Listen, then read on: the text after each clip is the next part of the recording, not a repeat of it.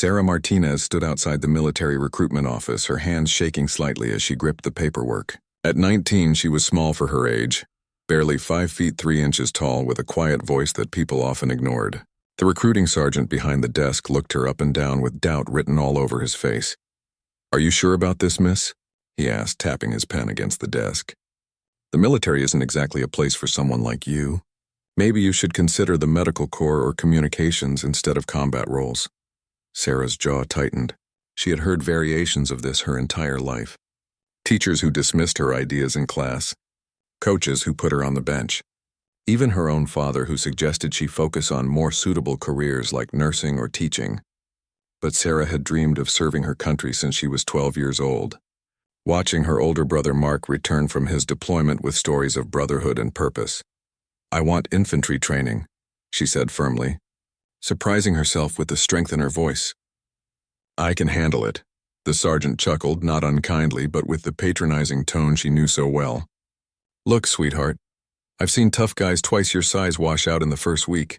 Basic training will break you. Why don't you think about it for another few months?" Sarah placed her completed forms on his desk with deliberate precision. "I've been thinking about this for 7 years. I'm not changing my mind." What the sergeant didn't know was that Sarah had been preparing for this moment longer than most recruits prepared for anything in their lives. While other teenagers spent their weekends at parties or shopping malls, Sarah was at the local shooting range with her grandfather, a Vietnam veteran who recognized something special in his granddaughter's steady hands and focused mind. Every Saturday morning since she turned 13, Grandpa Joe would pick her up at dawn. They would drive in comfortable silence to the range outside town, where he taught her not just how to shoot but how to think like a marksman. "Shooting isn't about strength, Sarah," he would say, adjusting her stance. "It's about patience, breathing, and seeing what others miss." Under his guidance, Sarah learned to control her breathing, to find that perfect moment between heartbeats when her body was completely still. She learned to read wind patterns, to calculate distance and elevation, to become one with her weapon. By the time she was 17, she could hit targets that made grown men shake their heads in disbelief, but none of that mattered to the people who looked at her and saw only a small girl with big dreams. The recruitment process was humiliating. During her physical fitness test, other recruits snickered when she struggled with pull-ups. Her running time was decent but not impressive. The other candidates were mostly young men who looked like they had been lifting weights since middle school, and a few women who were clearly athletes. "Maybe this isn't for you," whispered another female recruit during a break. "There's no shame in finding something else." Sarah said nothing, but her grandfather's words echoed in her mind. Let your actions speak louder than their doubts. The psychological evaluation was another hurdle. The military psychologist, Dr. Rebecca Chen, was professional but probing. "What makes you think you can handle the stress of combat?" she asked, studying Sarah over her reading glasses. "Because I've been handling stress my whole life," Sarah replied. "Every time someone told me I couldn't do something, every time I had to prove myself twice as hard as everyone else, every time I walked into a room and felt all eyes on me waiting for me to fail." Dr. Chen made notes, her expression unreadable. "And how do you handle that pressure?" Sarah thought about those Saturday mornings, about the zen-like focus that came when she looked through a scope. "I breathe, I focus, and I hit my target." Somehow, despite the doubts and dismissive attitudes, Sarah passed all the tests. Her scores were just high enough, her determination clear enough that she earned her spot in basic training. The night before she left for Fort Benning, her family gathered for dinner. Her mother cried quietly into her napkin. Her father kept shaking his head and muttering about stubborn children, but her brother Mark pulled her aside as the evening ended. "I know what you're going through," he said quietly. "They doubted me too, but for different reasons. Just remember that you don't have to prove anything to anyone except yourself." Sarah nodded, but deep down she knew that wasn't entirely true. She had something to prove to every person who had ever looked at her and seen weakness instead of potential. She had something to prove to every recruiter, every trainer, every fellow soldier who would judge her before she even opened her mouth.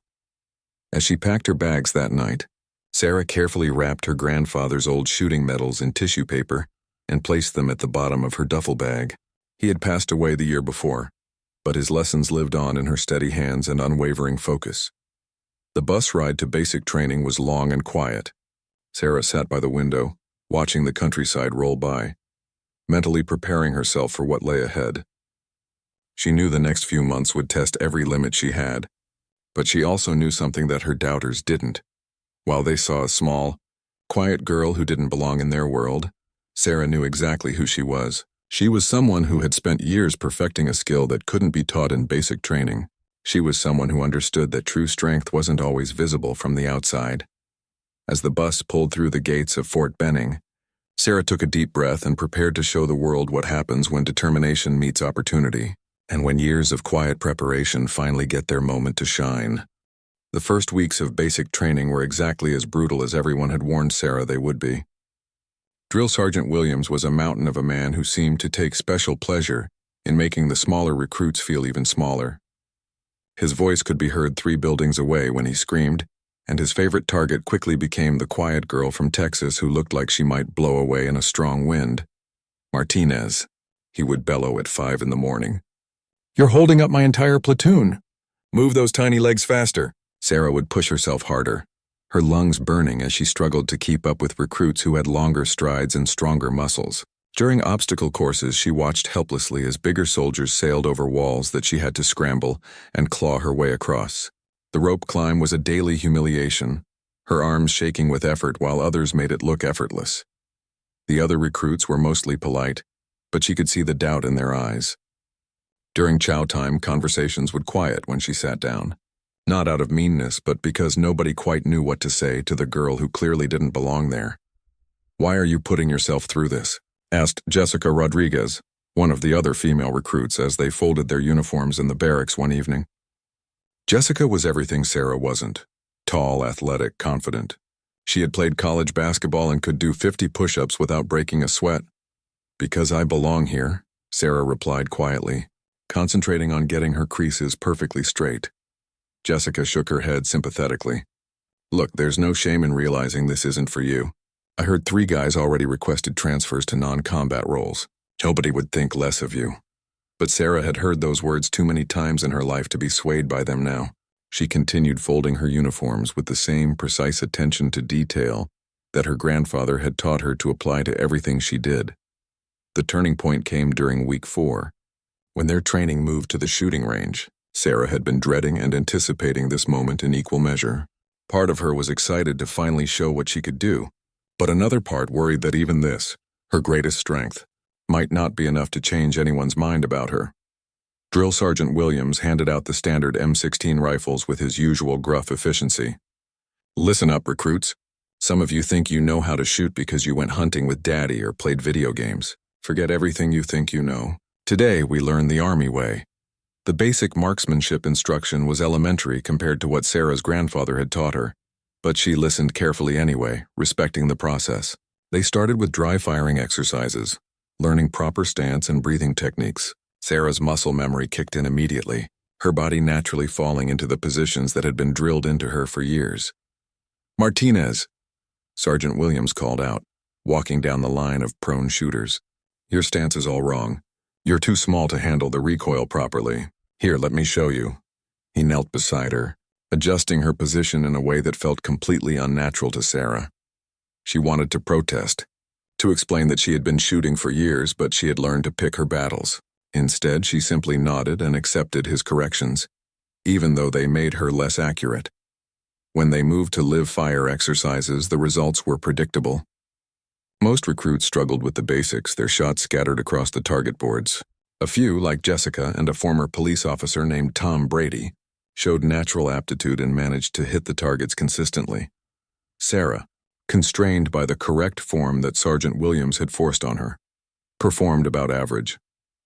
Her shots were adequate but unimpressive, exactly what everyone expected from someone like her. She could see the disappointment in the instructor's eyes, though she suspected it was more relief than surprise. That night, Sarah lay in her bunk staring at the ceiling, frustration eating at her like acid. She had spent years becoming an expert marksman, only to be forced to shoot like a beginner. It felt like being a concert pianist forced to play with mittens on. The next morning brought another round of range time, this time with moving targets and more complex scenarios. As they lined up for their turns, Sergeant Williams made an announcement that changed everything. "Today we're going to see who among you has what it takes to be designated marksman," he said, his voice carrying across the range. "This isn't just about hitting targets. This is about precision under pressure, consistency under stress, and the kind of shooting that saves lives in combat." He paused, scanning the group of recruits. The top 3 shooters will get advanced marksmanship training and a chance to try out for sniper school after basic training. Everyone else will stick to standard infantry weapons training. Sarah felt her heart rate increase, but not from nerves. For the first time since arriving at Fort Benning, she felt truly awake. This was her moment, her chance to show who she really was. The first round of shooting was at stationary targets at varying distances. Sarah watched as her fellow recruits took their turns, most performing about as expected. Tom Brady shot well, placing most of his rounds in the center rings. Jessica surprised everyone by outperforming several of the male recruits who had been bragging about their shooting experience. When Sarah's turn came, she approached the firing line with quiet confidence. As she settled into position, she let her body find its natural stance, ignoring everything Sergeant Williams had taught her, and returning to the fundamentals her grandfather had drilled into her. She took a deep breath, let half of it out, and found that perfect moment of stillness between heartbeats. The first shot surprised everyone, including herself, by punching a perfect hole in the center of the target. The second shot went through almost the same hole. By the 5th shot, even Sergeant Williams was paying attention. "Lucky streak, Martinez," he called out. "Let's see you do that at 300 meters. The 300-meter targets were challenging for everyone. Sarah watched several good shooters struggle with the distance, their group spreading wide as they misjudged windage and elevation. When her turn came, she took extra time to study the conditions, remembering her grandfather's lessons about reading the environment. The wind was shifting slightly from left to right. The afternoon sun was creating heat waves that could throw off her aim. Sarah adjusted her sight picture accordingly and fired her first shot. It hit dead center. The second shot enlarged the hole slightly. By the time she had fired her 5-round group, the target looked like it had been hit by a single, very large bullet. The shooting range fell silent. Even the instructors stopped talking and stared at the target board through their binoculars. Sergeant Williams walked down to Sarah's position, his face unreadable. "Martinez," he said quietly, "where did you learn to shoot like that?"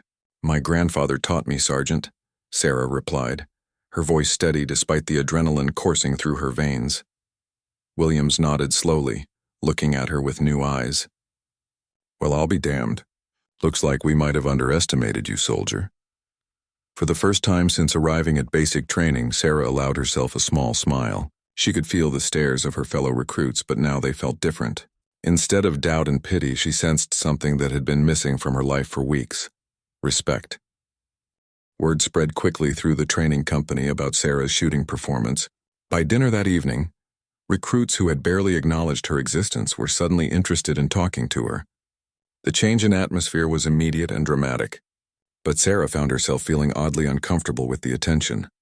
"That was incredible shooting today," said Mike Chen, a recruit from California who had previously treated her like she was invisible. "Where in Texas did you learn to shoot like that?" Sarah picked at her military-issued meatloaf, not quite sure how to handle her newfound popularity. "Small town outside Austin. My grandfather had a ranch." The conversation continued around her, with recruits sharing their own shooting experiences and asking technical questions about her technique. Sarah answered politely but briefly, still processing the dramatic shift in how people saw her. Jessica Rodriguez slid into the seat across from her, a look of genuine curiosity on her face. "I have to ask," she said quietly, "if you could shoot like that all along, why didn't you show it earlier?" Sarah considered the question carefully. "Sergeant Williams wanted me to use his technique. I was trying to follow orders. But you could have proven yourself weeks ago. You could have avoided all the doubt and the whispers." Sarah met Jessica's eyes steadily. "I didn't come here to prove I could shoot. I came here to become a soldier. Shooting is just one part of that." The next few weeks brought a complete transformation in Sarah's basic training experience. Her marksmanship scores had earned her a spot in the Advanced Weapons Training Program, where she worked with specialized instructors who understood precision shooting. More importantly, Sergeant Williams began treating her like a serious soldier instead of a liability.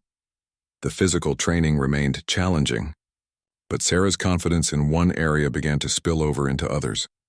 She pushed herself harder during runs, not because she could suddenly keep up with the fastest recruits, but because she no longer felt like she was fighting just to survive. She was fighting to excel.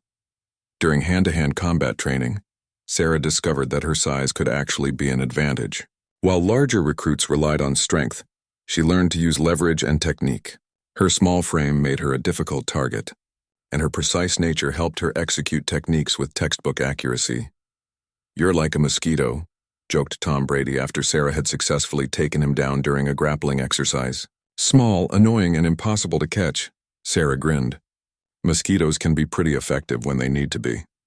The real test came during field exercises, where recruits had to apply everything they had learned in simulated combat scenarios. Sarah's squad was tasked with securing a hilltop position while under simulated enemy fire. As they moved through the wooded terrain, Sarah found herself naturally falling into the role of designated marksman, using her rifle skills to provide overwatch for her team. "Martinez, can you see the enemy position from up there?" called Sergeant Williams over the radio.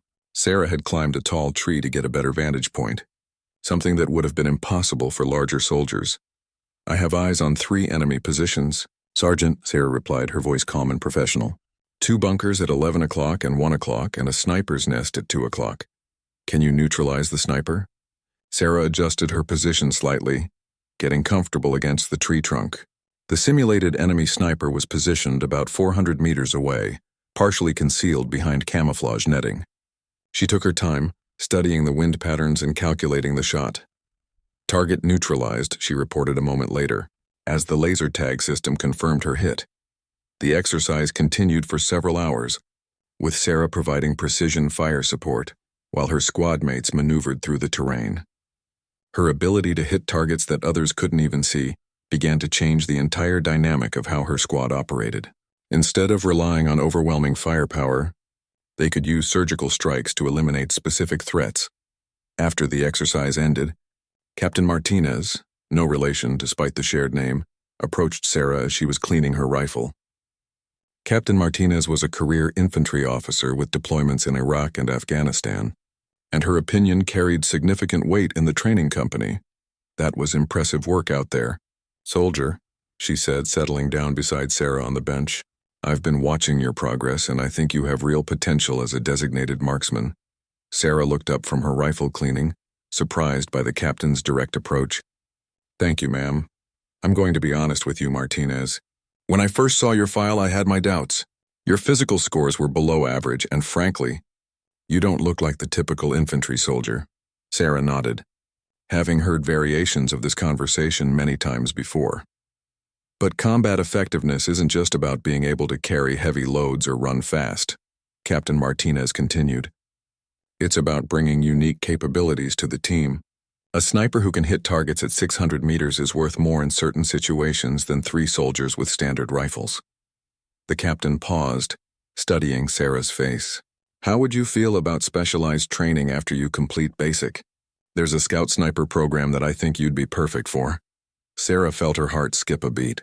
Scout sniper training was among the most elite courses the military offered, with a washout rate that exceeded 90%. It was exactly the kind of opportunity she had dreamed about but never dared to expect. "I'd be honored to try, ma'am," Sarah replied. "It won't be easy," Captain Martinez warned. "The training is designed to break people who are much bigger and stronger than you. The instructors will push you beyond every limit you think you have." Sarah thought about her grandfather, about all the Saturday mornings spent learning patience and precision. She thought about every person who had ever told her she wasn't qualified for something, and about the quiet satisfaction of proving them wrong through actions rather than words. "I understand, ma'am. I'm ready for the challenge." Captain Martinez smiled the first time Sarah had seen her show any emotion other than professional seriousness. "I believe you are, soldier.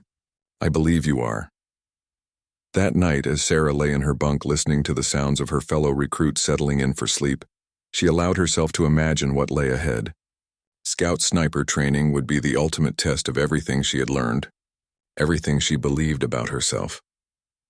She thought about the journey that had brought her to this point, from a dismissed teenager in a recruitment office to a soldier being recommended for elite training. The transformation hadn't happened overnight and it hadn't been easy, but it had been worth every moment of doubt and struggle. Tomorrow would bring new challenges, new opportunities to prove herself. But tonight, for the first time since arriving at Fort Benning, Sarah Martinez fell asleep with complete confidence in her path forward. She was exactly where she belonged, and she was just getting started. 6 months later, Sarah found herself standing at the gates of Fort Moore, home to the Army's Scout Sniper School. The specialized training facility looked different from basic training, more serious somehow, with an atmosphere that suggested only the most dedicated soldiers made it this far. The other candidates arriving for the course were exactly what Sarah expected. Experienced soldiers, many with combat deployments, all looking like they had stepped out of a military recruitment poster. She was one of only 3 women in a class of 48 candidates, and by far the smallest person in the group. Staff Sergeant Michael Torres, the lead instructor, was a legend in sniper circles. He had over 200 confirmed kills across multiple deployments, and a reputation for training some of the military's most effective marksmen. He was also known for having zero tolerance for weakness or excuses. "Look around you," Torres said during the first formation. 90% of you will not graduate from this course. This isn't basic training where we're trying to build soldiers. This is advanced training where we're trying to find the exceptional few who can handle the mental and physical demands of precision warfare. His eyes swept across the formation, pausing briefly on Sarah before moving on. Sniper training isn't just about shooting. You'll learn advanced fieldcraft, surveillance, target identification, ballistics calculation, and psychological resilience. Most importantly, you'll learn to operate alone or with minimal support in hostile territory. The first week was designed to weed out candidates who weren't serious about the commitment. The physical training was brutal, combining long-distance runs with heavy pack loads, obstacle courses that tested both strength and agility, and endurance exercises that pushed everyone to their breaking point.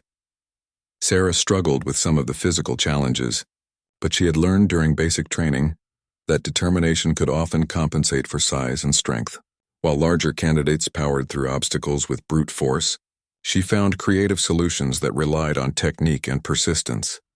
The real separation began when they moved to the shooting portions of the course. The standards were far beyond anything Sarah had experienced in basic training. Candidates had to demonstrate precision at distances up to 800 meters, in various weather conditions, and under significant time pressure. Martinez, Staff Sergeant Torres, called out during her first long-range shooting test. "You're up. Let's see if your basic training scores were just beginner's luck." Sarah approached the firing line with the same quiet confidence she had developed over years of practice. The target was at 600 meters, barely visible even through the scope. A light crosswind was making the flags dance, adding complexity to the shot calculation. She settled into position, taking time to study the conditions and make her mental calculations. Around her, she could sense the other candidates watching, probably expecting her to struggle with the distance and conditions. The first shot hit dead center.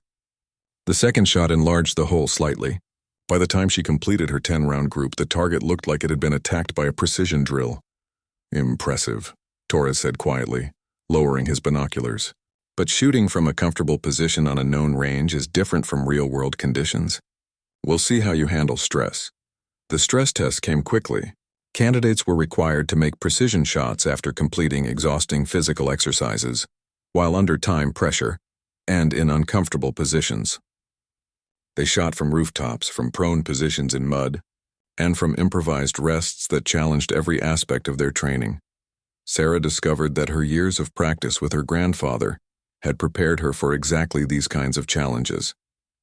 While other candidates became frustrated when their normal techniques didn't work, Sarah adapted fluidly to each new situation. "How are you staying so calm?" asked David Kim, one of the other candidates, after a particularly challenging shooting exercise. David was a veteran with 2 combat deployments who had been struggling with some of the precision requirements. "My grandfather used to make me shoot in all kinds of weather," Sarah replied as she cleaned her rifle. "Rain, snow, wind, heat. He said if you could only shoot well in perfect conditions, you weren't really a marksman." David nodded thoughtfully. "Smart man. Most of us learn to shoot in controlled environments. This is the first time I've had to deal with real-world variables." As the weeks progressed, the course became increasingly demanding. Candidates were required to demonstrate skills far beyond marksmanship: advanced camouflage and concealment, surveillance techniques, target identification, and the ability to remain motionless for hours at a time. The surveillance exercises were where Sarah truly began to shine. Her small size allowed her to hide in places that larger soldiers couldn't access, and her natural patience served her well during long observation periods. While other candidates fidgeted or gave away their positions, Sarah could remain perfectly still for hours, watching and recording enemy movements. "Martinez has been in that hide for 8 hours," she overheard one instructor telling another during a field exercise. "We've walked past her position 3 times and still can't spot her." "She's got natural fieldcraft instincts," the other instructor replied. "Some people can learn the techniques, but you can't teach that kind of patience and discipline." The psychological aspects of sniper training proved to be another area where Sarah's background served her well. The instructor subjected candidates to high-stress scenarios designed to test their mental resilience and decision-making under pressure. During one exercise, Sarah was placed in a simulated urban environment and given a complex mission that required her to identify specific targets among civilians while under simulated enemy fire. The scenario was designed to test not just shooting ability, but judgment and nerve. While other candidates rushed their shots or hesitated too long, Sarah approached the problem methodically. She took time to properly identify each target, ensuring she had clear shots that wouldn't risk civilian casualties, and executed her mission with textbook precision. That was flawless target identification and engagement, Staff Sergeant Torres told her after the exercise. "You took your time when you needed to, but didn't hesitate when it was time to act." Sarah nodded, feeling a quiet satisfaction. "My grandfather always said that good shooting starts with good thinking." Torres studied her for a moment. "Your grandfather sounds like he was quite a teacher." "He was a Marine sniper in Vietnam," Sarah replied. "He taught me that precision shooting is as much about mental discipline as it is about physical technique." For the first time since the course began, Torres smiled. "No wonder you're excelling here. You've been training for this your whole life, haven't you?" As the course entered its final weeks, the number of candidates had dropped from 48 to fewer than 20. The training had become increasingly specialized, focusing on advanced ballistics, long-range shooting, and complex mission planning. Sarah had not only survived the grueling selection process, but had emerged as one of the top performers in the class. Her shooting scores were consistently perfect, her fieldcraft was exemplary, and her psychological evaluations showed the kind of mental toughness that instructors looked for in elite soldiers. But the final test was still ahead, and it would determine whether months of training had truly prepared her for the reality of being a military sniper. The graduation exercise would simulate a real combat mission, complete with all the unpredictability and pressure that came with actual warfare. 18 months after graduating from sniper school, Sergeant Sarah Martinez found herself deployed to a forward operating base in Afghanistan.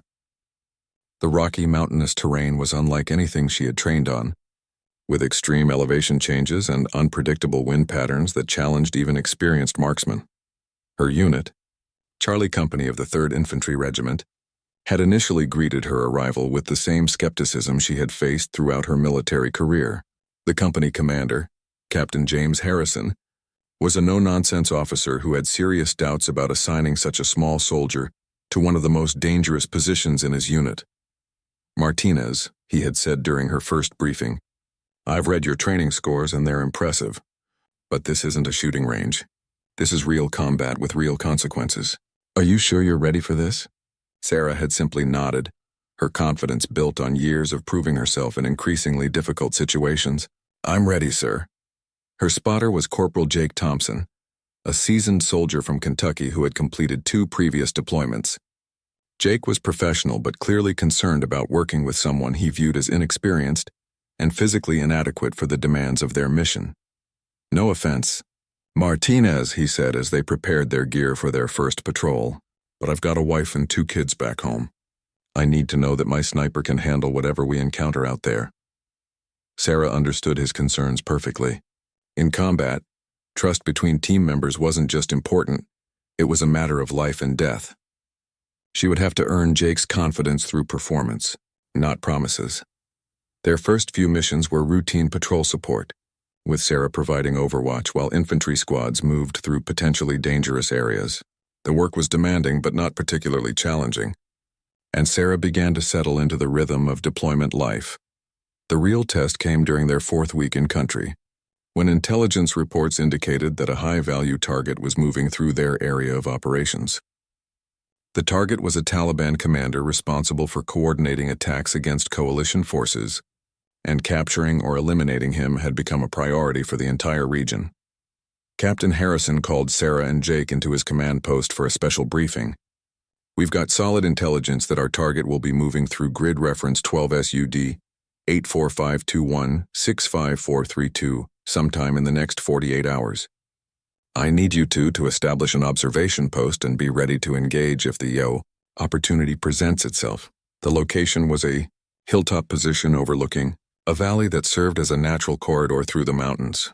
It was an ideal spot for surveillance and long-range engagement, but getting there would require a difficult approach march through hostile territory. Sarah and Jake left the base before dawn, carrying enough supplies for a 3-day mission. The trek to their position took most of the day, climbing steep mountain paths while carrying heavy packs and maintaining constant vigilance for enemy activity. "This is going to be a tough shot if we get the chance," Jake observed as they studied the valley through binoculars. "Range to the road is about 700 meters, and these mountain winds are going to be tricky to read." Sarah nodded, already calculating the ballistic challenges they would face. The altitude affected bullet trajectory, the terrain created unpredictable wind patterns, and the extreme range would test every aspect of her training. They spent the first day establishing their hide position and conducting detailed surveillance of the area. Sarah's small size proved advantageous in constructing a concealed firing position that was virtually invisible from the valley below.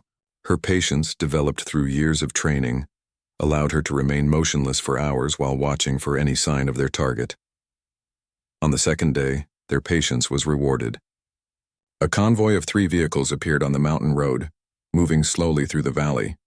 Through her scope, Sarah could see armed men in the vehicles, but identifying the specific target required careful observation. "I've got eyes on the convoy," Jake whispered into his radio, reporting to the command post. 3 vehicles, approximately 12 personnel visible. Sarah studied each vehicle through her rifle scope, looking for the distinctive features that would identify their target. Intelligence reports had described the Taliban commander as a tall man with a distinctive beard and a habit of riding in the lead vehicle.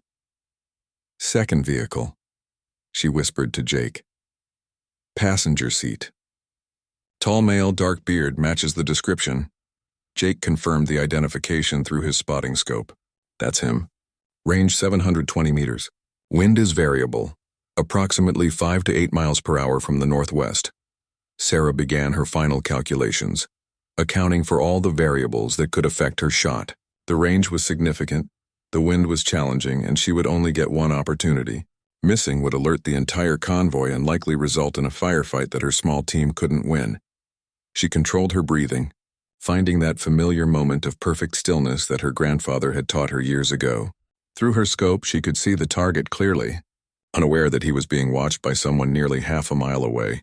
"Send it," Jake whispered, confirming that all conditions were optimal for the shot. Sarah's finger tightened on the trigger in a smooth, controlled squeeze. The rifle recoiled against her shoulder, and she immediately worked the bolt to chamber another round, while Jake observed the impact through his spotting scope. "Hit, center mass," Jake reported, his voice showing surprise and admiration. "Target is down. Convoy is stopping." The shot had been perfect, striking the Taliban commander in the chest and eliminating him instantly. The other members of the convoy scrambled for cover, but they had no idea where the shot had come from. Sarah and Jake remained in position, ready to engage additional targets if necessary, but the convoy quickly retreated from the area. "Outstanding shot. Martinez," Jake said quietly as they watched the vehicles disappear down the valley. 720 meters in mountain winds, and you hit him center mass on the first shot. Sarah felt a quiet satisfaction, not from taking a life, but from successfully completing a mission that protected coalition forces and disrupted enemy operations. This was exactly why she had joined the military, exactly what she had trained for during all those years of preparation. "Command, this is Overwatch," Jake reported over the radio. Target eliminated. Mission complete. The response from Captain Harrison was immediate and appreciative. Overwatch, this is base. Outstanding work. Return to base when your area is secure. As they prepared to leave their position, Jake looked at Sarah with new respect. I owe you an apology, Martinez. I had my doubts about working with you, but that was professional-level shooting under real combat conditions. Sarah smiled as she carefully cleaned her rifle and packed her gear. No apology necessary. I understand why you were concerned, but this is what I've been preparing for my entire life. The news of Sarah's successful engagement spread quickly through the base, and her reputation among the soldiers of Charlie Company changed overnight. She was no longer seen as the small girl who didn't belong in combat. She was the sniper who could make impossible shots when it mattered most. Over the following weeks, Sarah and Jake were assigned to increasingly important missions. Her success in eliminating the Taliban commander had caught the attention of higher command, and requests for sniper support began coming directly to their team. The missions varied widely, providing overwatch for convoy movements, eliminating high-value targets, and conducting surveillance on suspected enemy positions. Each assignment brought new challenges and opportunities for Sarah to demonstrate her capabilities. During one particularly memorable mission, Sarah was tasked with providing sniper support for a night raid on a suspected weapons cache. The operation required her to take an extremely difficult shot in low-light conditions, with friendly forces in close proximity to the target. This shot has to be perfect, Captain Harrison told her during the mission briefing. We'll have soldiers within 50 meters of the target building. There's no margin for error. Sarah studied the mission parameters carefully. The shot would be at 400 meters through a narrow window in darkness, with the additional pressure of knowing that a missed shot could endanger American lives. When the moment came, Sarah's training and natural ability combined perfectly. Her shot eliminated the enemy sentry with surgical precision, allowing the assault team to complete their mission without casualties. I've never seen shooting like that, Captain Harrison told her after the mission. 400 meters through a 6-inch window in the dark. That's the kind of precision that saves lives. As her deployment continued, Sarah's confidence grew with each successful mission. She had found her place in the military hierarchy, not as someone who was tolerated despite her limitations, but as someone whose unique skills made her invaluable to her unit. The respect she had earned was evident in how other soldiers treated her. Instead of questioning her presence or making jokes about her size, they sought her advice on shooting techniques and trusted her completely when she was providing overwatch for their operations. 2 years after returning from Afghanistan, Staff Sergeant Sarah Martinez stood before a room full of new military recruits at Fort Benning, the same base where she had once struggled through basic training. The irony wasn't lost on her as she looked out at the eager faces, many showing the same mixture of determination and uncertainty that she remembered feeling years ago. How many of you think you know what it takes to be a soldier? She asked the group, her voice carrying the authority that came from proven combat experience. Several hands shot up around the room, mostly belonging to young men who looked like they had spent their teenage years in gyms and on football fields. Sarah smiled, remembering her own misconceptions about what military service would require. Let me tell you a story, she said, settling into her instructor role. When I first tried to enlist, the recruiting sergeant took one look at me and suggested I consider a non-combat role. When I insisted on infantry training, he actually laughed. The recruits listened intently, some looking skeptical that this small woman in front of them could have overcome such obvious physical disadvantages. That sergeant wasn't being mean, Sarah continued. He was looking at me and seeing all the things I couldn't do. I was small. I struggled with pull-ups. My running time was barely acceptable. By every traditional measure, I didn't look like soldier material. She paused, scanning the room and making eye contact with several recruits, who were clearly making their own assumptions about what she might have accomplished. What that sergeant couldn't see was what I had been learning for years before I ever walked into his office. While other kids my age were at parties, I was at the shooting range with my grandfather. While they were playing video games, I was learning patience, discipline, and precision. Sarah moved to a display case at the front of the room, which contained various awards and commendations from her military service. The centerpiece was a Bronze Star Medal, awarded for her actions during a particularly dangerous mission in Afghanistan. This medal represents 17 confirmed enemy kills during my deployment, she said matter-of-factly. Each one was a shot that protected American lives and disrupted enemy operations. Each one required skills that had nothing to do with how much I could bench press or how fast I could run. The skeptical expressions on several faces began to change as the reality of her accomplishments sank in. This wasn't just some instructor telling war stories. This was a combat veteran with a proven track record of effectiveness under the most demanding conditions. The military taught me many things, but the most important lesson was this: your limitations are usually just other people's assumptions about what you can't do. The real question isn't whether you fit someone else's idea of what a soldier should look like. The real question is whether you're willing to work harder than everyone else to develop skills that matter. A young female recruit in the front row raised her hand tentatively. Sergeant Martinez, how did you deal with people who didn't believe in you? Sarah considered the question carefully. I stopped trying to convince them with words and started proving them wrong with actions. Every time someone doubted me, every time someone said I wasn't qualified, I used that as motivation to get better. She thought about her grandfather, about the countless hours of practice that had seemed almost obsessive to other people. My grandfather used to say that when someone tells you that you can't do something, they're really telling you about their own limitations, not yours. Another recruit, a large young man who looked like he had never doubted his own capabilities, asked, "But wasn't it frustrating always having to prove yourself?" At first, yes, Sarah admitted. But eventually I realized that having to prove myself made me better than I would have been otherwise. While other soldiers relied on natural advantages, I had to develop real skills. When we got to combat, those skills mattered more than anything else. As the session continued, Sarah shared specific stories from her training and deployment, illustrating how determination and specialized skills could overcome apparent disadvantages. She talked about the importance of finding your unique strengths and developing them to an expert level. Some of you will excel at physical challenges, she told the group. Others will be natural leaders or excel at technical skills, or have the kind of mental toughness that shines under pressure. The military needs all of these different capabilities. At the end of the session, several recruits approached Sarah with specific questions about her experiences. The young woman who had asked the first question lingered until the others had left.